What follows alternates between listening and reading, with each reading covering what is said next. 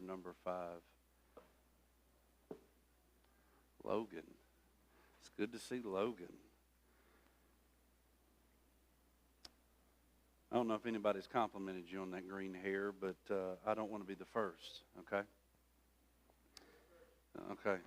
Well, and technically I wasn't the first because I said I didn't want to be the first. That was just an observation that you have green hair, you know. It's good to see Logan this morning.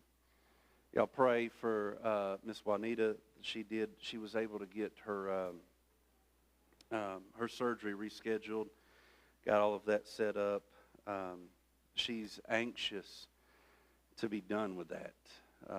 So y'all be in prayer for her in the coming days. John chapter number 5. We're going to begin reading in verse number 1. The Bible says, after this, there was a feast of the Jews, and Jesus went up to Jerusalem.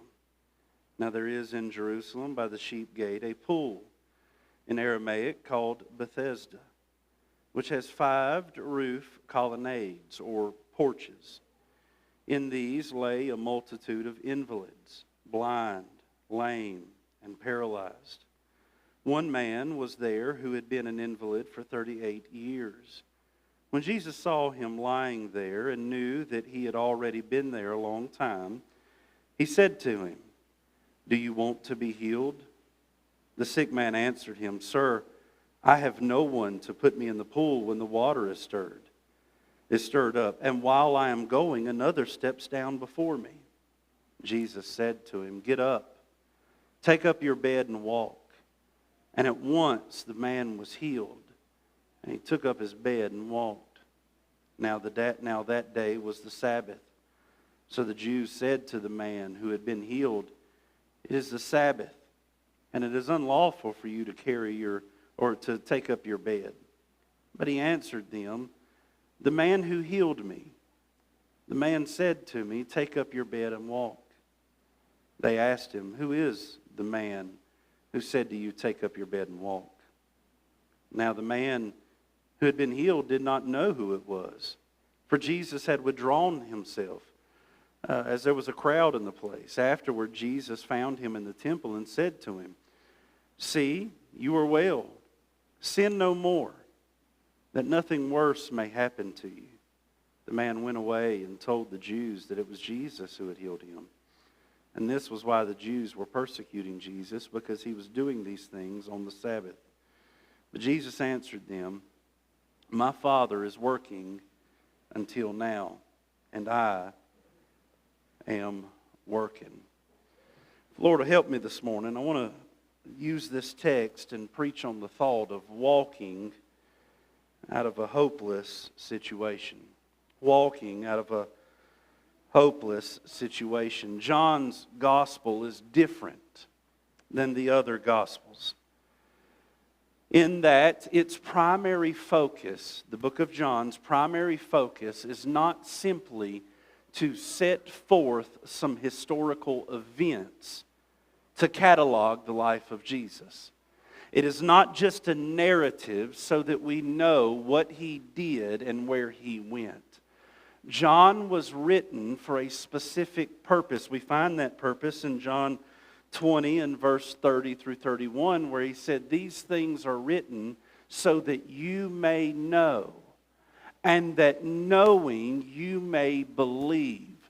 John wrote so that Jesus could be lifted up high, so that he could be elevated, so that you could see his nature, his beauty, his character. You could see who he is in totality. It was written so that you know and believe. In order to elevate Jesus to the proper level, John presents him almost in a different way in every chapter that you come through in the book of John. When you come to John chapter number 5, we get this glimpse, this portrait of Jesus as the great physician. Jesus as the great healer. Jesus as the one who can make you whole. And this is his very nature that is still today. This is who Jesus is. Jesus doesn't just come into your life, sprinkle a little bit of do better, and send you on your way. Jesus doesn't just come and hang around like a lucky charm and everything goes on status quo. No, Jesus disrupts the status quo. He changes everything. He doesn't just pick up the pieces, but He actually picks them up and puts them back together again. He is the one who can grab the lowest of the low and bring them up and make them whole. Bless His name right there. Before I even, listen, I'm not even to preaching yet, but let me just stop long enough to say thank God that Jesus doesn't leave us the way that He finds us.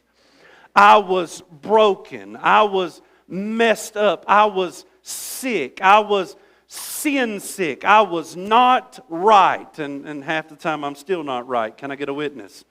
I was not where I was supposed to be. But God loved me enough to send Jesus to me.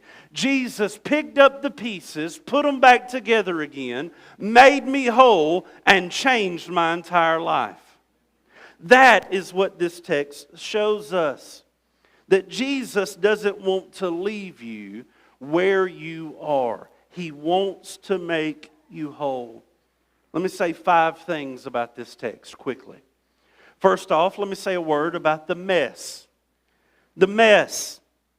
Look at verses 2 and 3.